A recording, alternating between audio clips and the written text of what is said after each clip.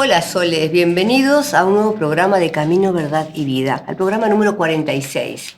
Como habíamos prometido en el programa anterior, hoy vamos a estar conversando un poco, de manera casi informal, digamos, un poco de lo vivido, de lo acontecido en nuestra salida a Egipto, en compañía de Sixto Pascual, un grupo de 26 personas.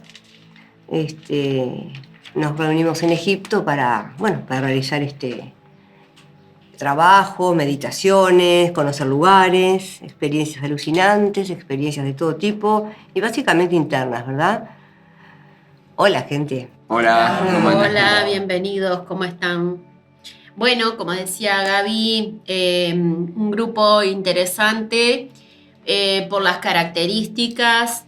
Tal vez no todos teníamos muy claro si íbamos por el espíritu o no, pero la curiosidad y el corazón nos tironearon un poquito para que se armara este equipo para mí perfecto.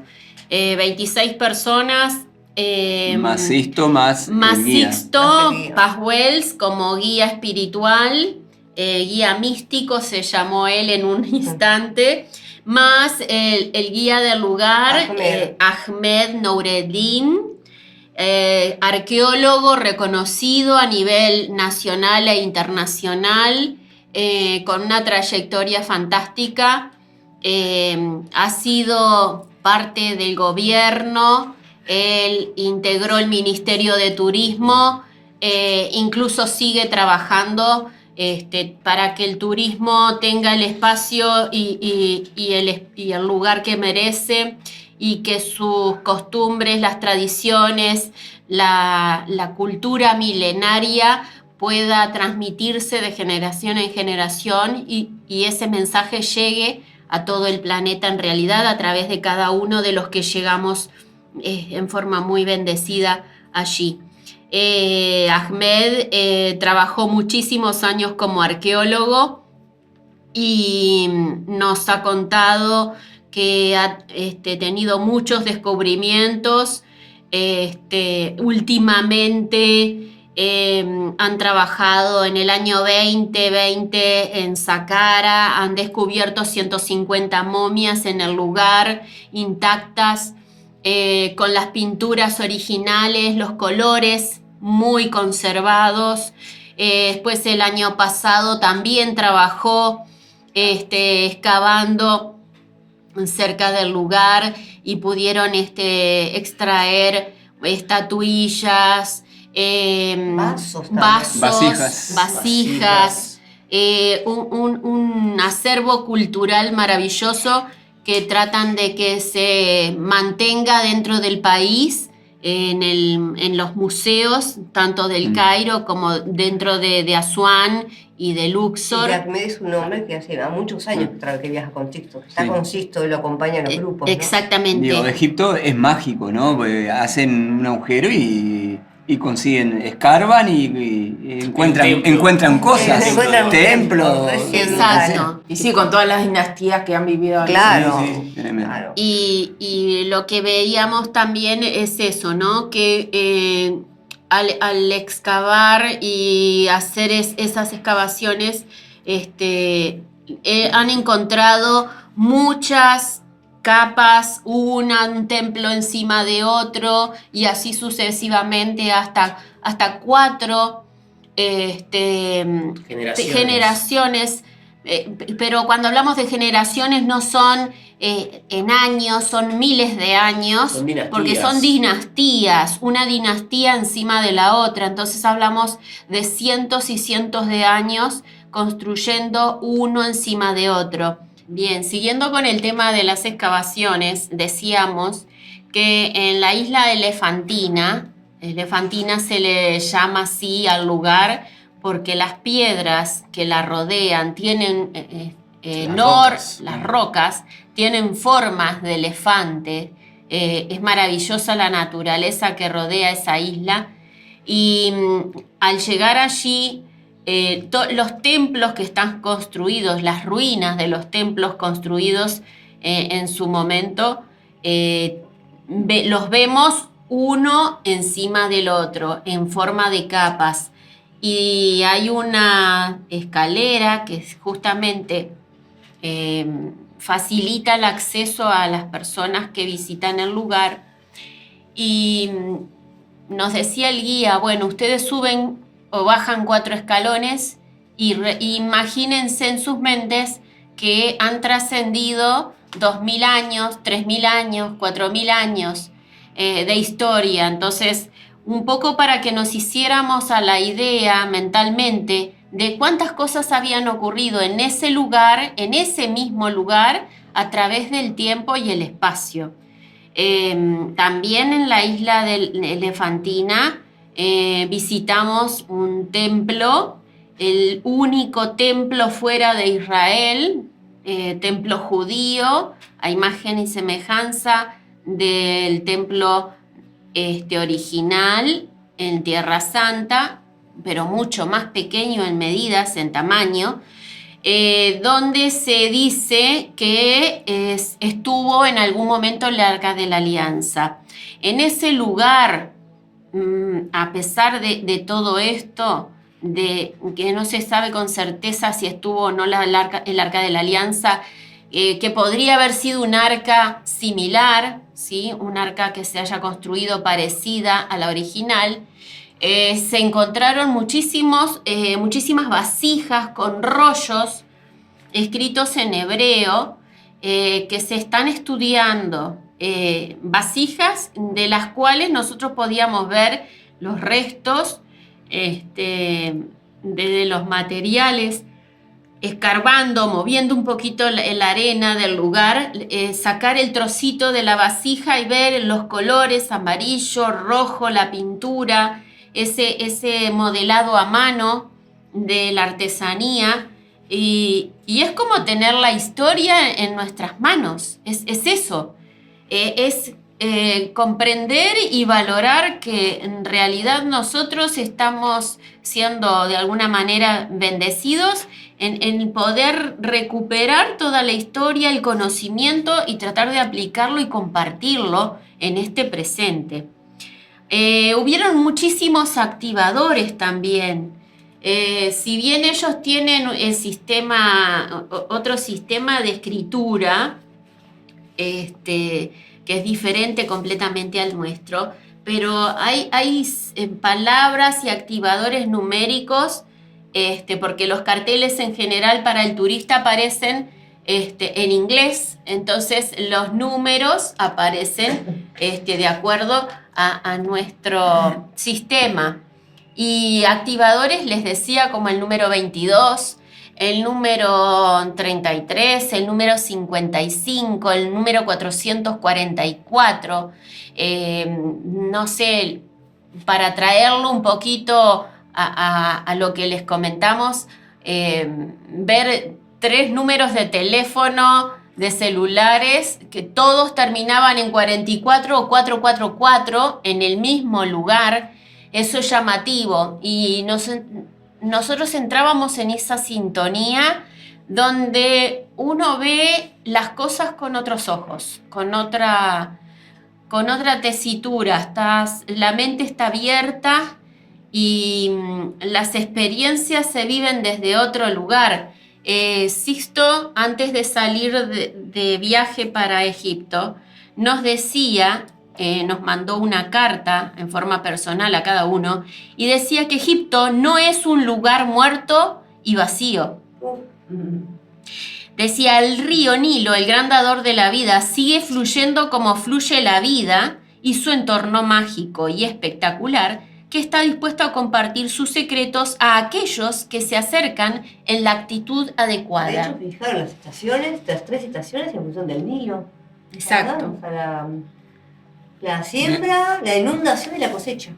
Ahí está. Para ellos existían solamente 3 estaciones y están representadas en varios templos. El templo de Dendera, en el templo de Isis, había imágenes en alto relieve y otras en bajo relieve, donde se representa el cielo, la tierra, la unión intensa, fuerte entre ambos. y las 3 estaciones a través de las cuales obviamente el Nilo ejerce toda su fuerza y su poder. Es magia, porque fuera del Nilo es desierto.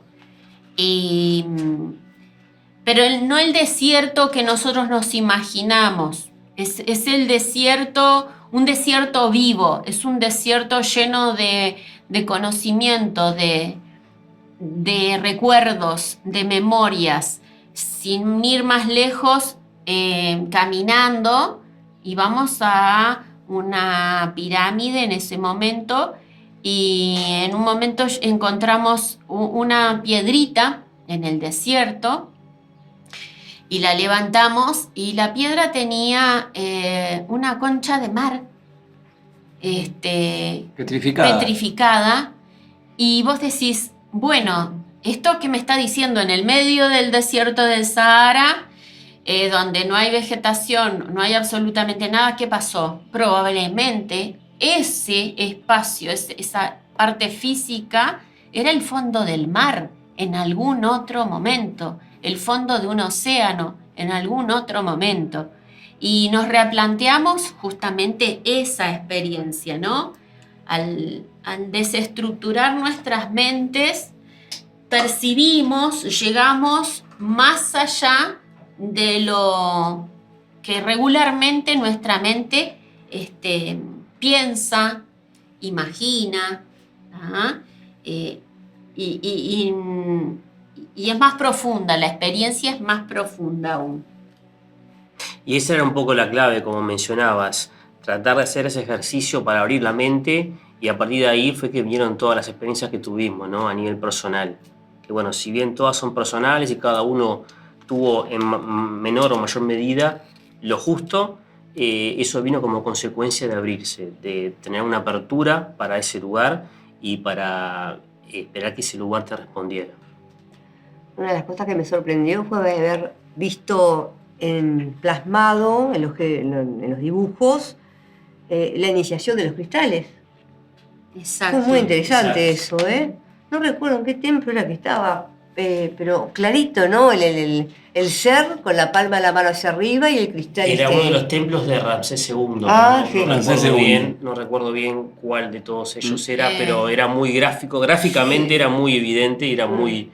Sí, era un alto relieve saliendo de la ciudad de Asuán en el camino hacia la segunda represa, es decir, hacia el sur de Egipto, cruzando la represa antigua, la primera represa que se hizo en 1902, en épocas de la monarquía egipcia. Un camino nos lleva entre las dunas del desierto hacia ese espacio donde quedó formado un valle, obviamente. Antes de construirse la segunda represa, se trasladaron 22 templos que estaban en el valle del Nilo, o sea, las orillas del Nilo en ese entonces.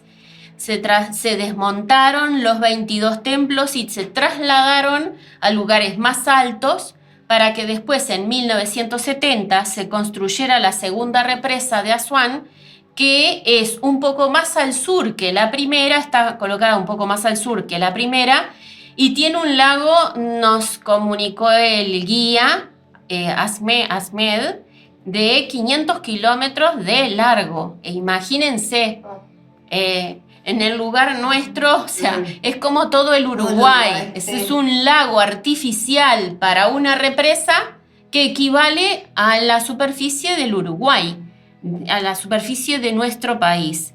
Las magnitudes, las medidas son todas muy grandes. Es un país que para mí, yo personalmente lo resumo como grandioso. Un país, una tierra de dioses. Y todo lo que existe tiene ese tamaño y esa magnitud, tiene esa energía poderosa. Decía recién Conrado, vivimos experiencias personales y también grupales. Contábamos, por ejemplo, que llegando de visita al Valle de los Reyes, donde se encuentran todas las tumbas, la mayoría de las tumbas de los reyes.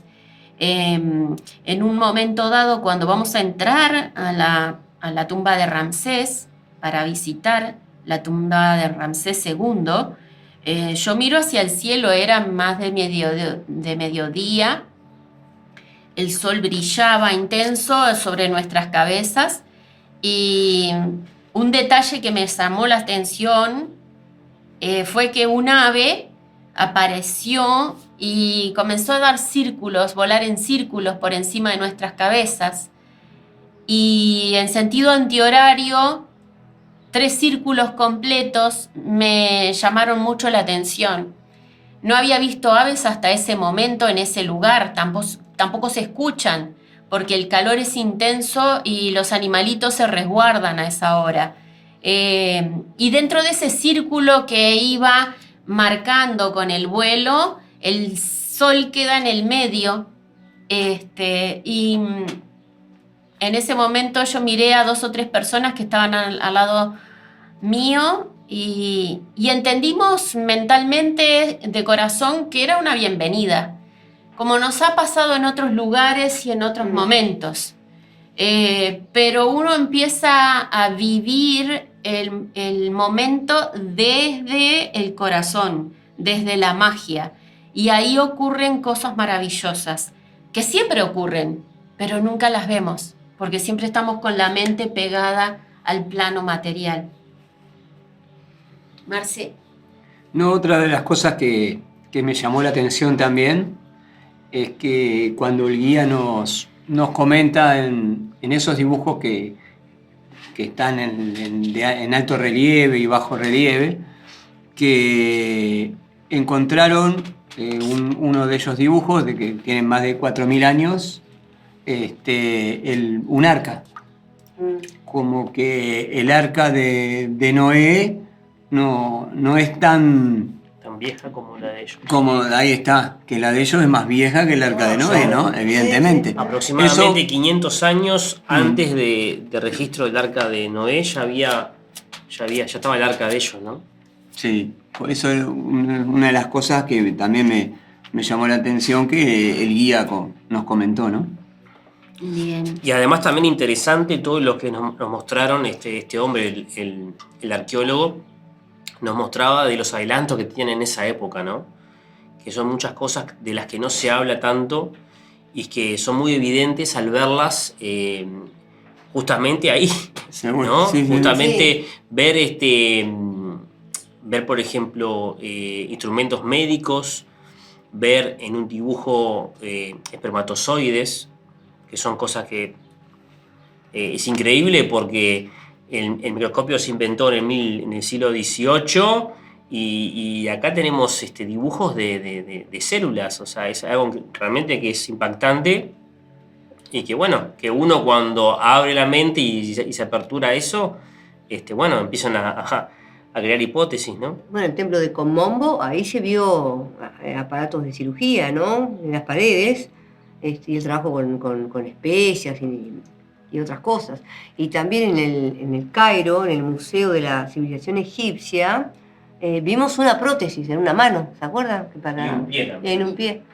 Que para la época, hacían esas cosas, es como deslumbrante, ¿no? Lo que pasa es que la historia que nos han contado no es así. No.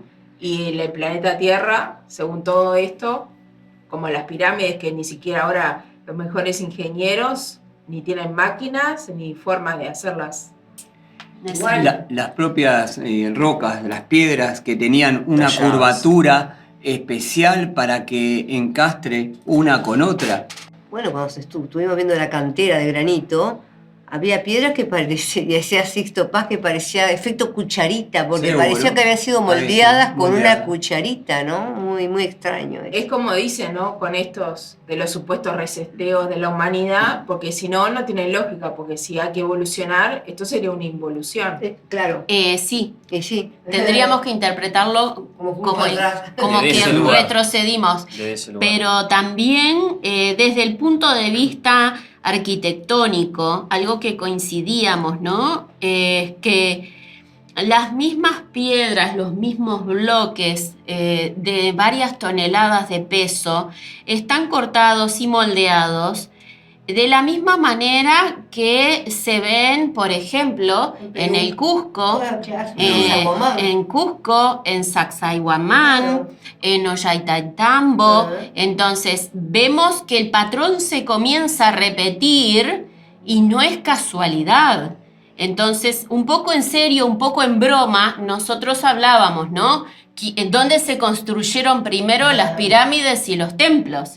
Si había sido en Egipto, si había sido después en Sudamérica, y después empezamos a pensar en las otras pirámides en México, en pirámides China. en China, en Jordania, pirámides en la India, pirámides más al oriente aún, lo que es la parte de Vietnam, la parte de Corea del Norte y del Sur, y llegamos a la conclusión de que no sabemos nada. Como decía Selene, nos recortaron tanto el cuento que nos quedamos con letras y no tenemos contenido, no tenemos mensaje. Entonces lo que hay que hacer ahora, a partir de ahora, es volver a encontrar el sentido y el significado, porque es parte nuestra y es nuestro legado y es la responsabilidad de saberlo y recordarlo para entregarlo a las generaciones futuras, de que todos aquellos que vengan y nazcan en este planeta estén orgullosos de estar acá, porque muchas veces perdemos esa noción de que tendríamos que estar agradecidos, eternamente agradecidos de haber nacido acá.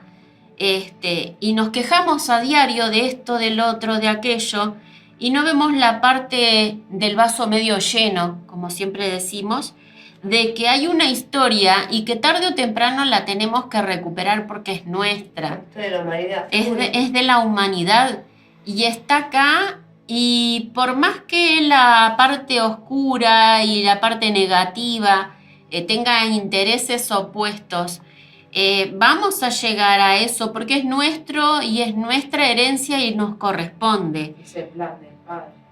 Es exacto, a donde nosotros, la prueba nuestra es a donde nosotros tenemos que llegar, es a eso, a redescubrirnos.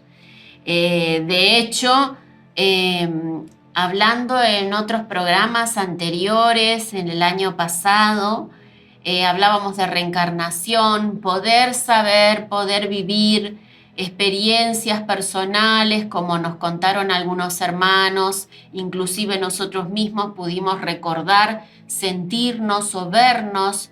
Hubo muchos déjà vu, hubo muchas sincronicidades, ¿sí? Porque si bien eran 26 personas, había momentos en que quedábamos 2 o 3 y pasaban cosas mágicas de recordar o de estar pensando y sintiendo lo mismo. Eso no es casualidad, no es azar, eso es la vida. No es el azar que el grupo haya llegado ahí, y tampoco es al azar que como también comentabas tú, Roxana, en el momento que nos quedamos solos hablando unos con otros, veíamos cuánto teníamos en común uno con el otro, ¿no? Y eso también fue lo mágico del viaje. Exacto, porque todo fluyó con una naturalidad, una sincronicidad, algo que se iba deslizando, no hubo inconvenientes, no hubo problemas. Tratábamos de solucionar y de ayudarnos unos a los otros para que todo fluyera y para que todos pudiéramos disfrutar realmente de la experiencia. Aprovechar el mínimo, el máximo, y el mínimo, aprovechar absolutamente todo. De hecho, dormíamos muy poquitas muy poco, horas. 4 o 5 horas, muy poco. Pero con una energía, yo no sé, me pasa eso en Montevideo, estoy en el piso. Pero Bueno, allá no sé, era allá también estábamos- otro el disfrute, ¿no? Otro disfrute Sí, allá también. estábamos, Éramos no conscientes sé. de que valía la pena el esfuerzo para conocer, para seguir investigando y para experimentar todo eso, ¿no? Sí, de hacer ese esfuerzo de levantarnos temprano, muy temprano antes del amanecer y después estar en esa recorrida durante todo el día, para luego llegar al hotel, darnos un baño, cenar y poder reunirnos, A meditar, sí, pues. sentarnos a meditar de noche antes de ir a descansar. Eso también fue muy, muy, muy especial y muy particular, porque la voluntad de todos y cada uno, las ganas, la voluntad, recalco, la voluntad de estar fue excepcional y es lo que aportó, hizo un 100% del grupo como experiencia, tanto individual como grupal. No, lo que decíamos, por ejemplo, es que refiriéndonos a las pirámides, el guía procuraba llevarnos en los momentos Con menos gente. Con menos que gente. no había tanta gente al lugar para poder de repente hacer una meditación, hacer un ejercicio de dermoóptica, ¿sí? O por ejemplo, si era posible mantralizar. Nos ocurrió en el templo de Karnak, donde queríamos, y le decíamos a Sixto Paz, le digo, por favor, vamos a sentarnos en algún lugar a meditar, a hacer algún ejercicio, alguna práctica de las 24 prácticas Rama. Y nos llevó a un lugar del templo, detrás del Sancto Sanctorum, detrás de ese espacio, donde hay una construcción que simboliza 7 puertas talladas en un mismo muro de piedra, granito. Hay 7 puertas, una dentro de la otra, y allí hicimos un ejercicio maravilloso también, donde pudimos experimentar que todas las estructuras y todos los límites son mentales, porque lo que vivió y experimentó cada una de las personas del grupo fue maravilloso realmente, y que poderlo escuchar de viva voz inmediatamente después en los comentarios, cómo fue sentido el trabajo, eso era lo más importante. 7 llaves había también en la pared. 7 puertas, 7 llaves. 7 puertas, 7 llaves, que es muy simbólico. Las puertas representando las dimensiones de conciencia, las llaves, que somos cada uno de nosotros, ya tengamos nuestro nombre cósmico o así, aún así, sin tenerlo, también vamos a vivir la experiencia, porque todo depende de nuestra disposición y de nuestra actitud frente a la situación y la vida. Entonces, esas cosas logran ser muy, pero muy ricas y nos llenan de experiencias que calculo cada uno estamos compartiendo al retorno en nuestros hogares, con las familias, con amigos, con ustedes, en los programas, para que trascienda y que también trascienda la idea de que no hay límites.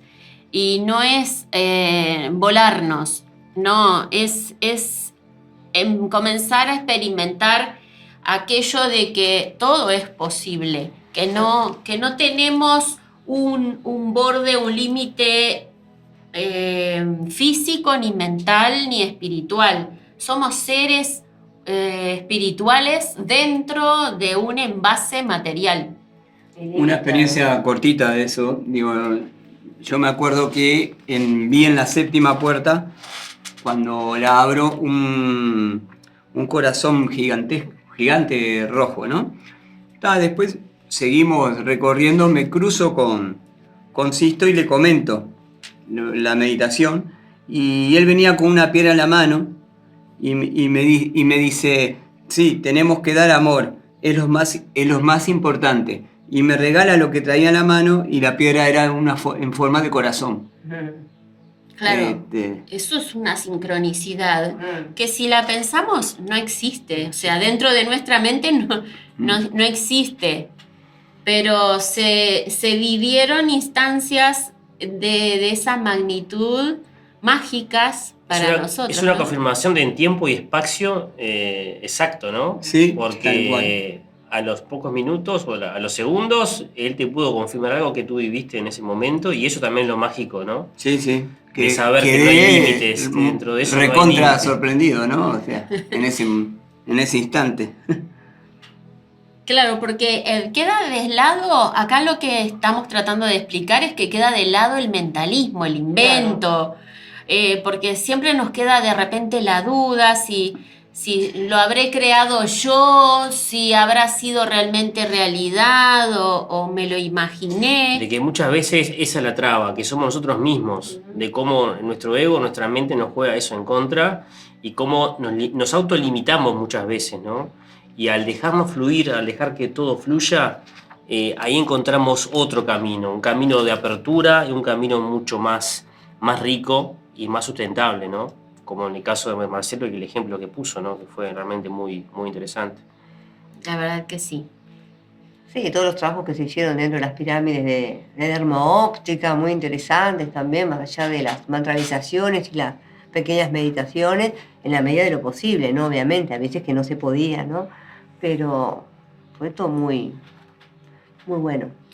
Para comentarles también, a cada lugar que uno llegaba trataba de percibir o sentir las energías que el lugar ofrecía. No todos los lugares, no todos los templos, no todas las pirámides tienen las mismas energías. Eso nos daba la posibilidad también de sensibilizarnos, compenetrarnos con el tiempo y el espacio y más bien sentir el lugar, que no es fácil a veces, porque insisto, llegábamos a veces a algunos espacios donde había muchos grupos de turistas, cada guía tratando de explicar lo suyo en su idioma también. Sí. ¿No? Esas eran distracciones que teníamos. Allí mismo en Karnak fue algo brutal, porque no sé, yo no conté la gente, pero había fácil 1.500 personas y no había más. Pero después, por ejemplo, llegamos otro día más adelante al templo de Horus y llegamos más tarde de lo habitual y ya se habían ido todas las excursiones. Entonces, como quien dice, teníamos el templo para nosotros solos. Nos pasó con Kefren también, cuando cambiamos el horario, dimos vuelta a la... En Kefren. Estaba todo el mundo en Keops y Kefren vacía.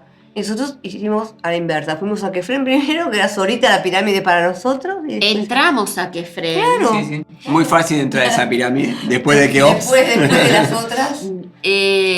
Y tener la experiencia también de poder estar dentro de esa cámara, de esa cámara del rey, de experimentar lo que es la energía allí dentro, que es como un condensador.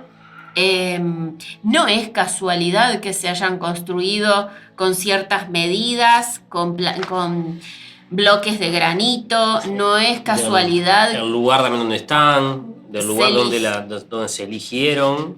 Se eligieron en lugares específicos. Acuérdense que si nosotros averiguamos y buscamos y googleamos, las pirámides están sobre los paralelos y meridianos número 30.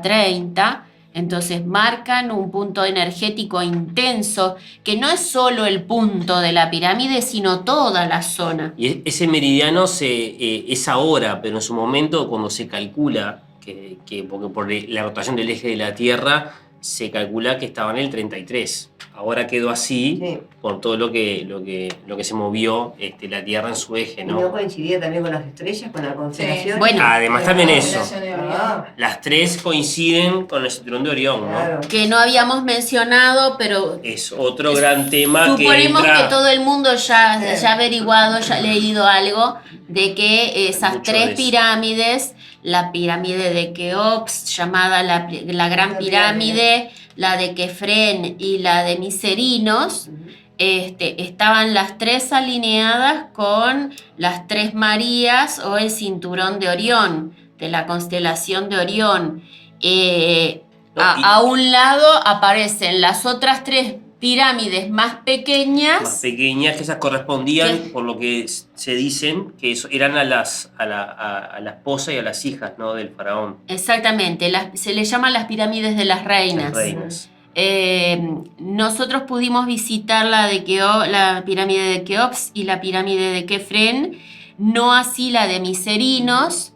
Miserinos, dicho sea de paso, significaba buen hombre, estaba cerrada en reparación porque también la humedad de la respiración de los turistas causa estragos brutales, lo pudimos ver en las pirámides por dentro, en los túneles, se hacían los túneles en las cámaras, porque se empiezan a formar hongos. Y además también hubo muchas que también fueron dinamitadas para, bueno, en el momento de explorarlas, fueron dinamitadas para buscar tesoros, para seguir perforando. Y eso también hizo que, bueno, que muchas también tuvieran que ser acondicionadas para el turismo, ¿no? Para que se puedan ingresar. Exacto. De más está decir que ahora, si usted hoy o mañana quiere visitar el lugar, tiene luz artificial dentro de las pirámides, tiene escalerillas que amortiguan muchísimo, que ayudan mucho la entrada y la salida a las pirámides, pero pensarlo en otra época nos da la sensación de que, bueno, la experiencia era realmente iniciática y así lo sentimos, por eso lo estamos comentando. No sé si quieren agregar alguna cosa. Creo que hay muchas cosas más para agregar, pero de repente para otro programa. Bien. Y así que bueno, no sé si nos vamos... A modo de resumen, un poco lo que también vimos, como contaba Gabriela con las iniciaciones, es que no hay nada nuevo. Hay cosas que se repiten y eso también fue algo maravilloso de poder verlo. Ver como una civilización que presentaba iniciaciones que ya la compartimos, ¿no? en programas anteriores, y como no hay nada nuevo, también nos da una idea de que no tenemos que seguir buscando, sino que tenemos que hacer otras cosas, ¿no? A modo de reflexión, recordar. Sí, y como descubrimos que aparecen salas, por ejemplo, en la pirámide de Uni, ¿no? O de Snefru, en Meidum, en 2750 a.C., tenía una sala a donde era imposible sacar un sarcófago de ahí. Y llegamos a la conclusión que era una sala de iniciación ahí, ¿no? Todo eso es maravilloso, ¿no? Haber descubierto todo eso. Y hay mucho más para un próximo programa. Entonces nos vamos despidiendo por el día de hoy. Les deseamos una buena semana, un buen mes y nos estamos reencontrando en el programa Camino, Verdad y Vida. Que pasen muy bien. Hasta la próxima.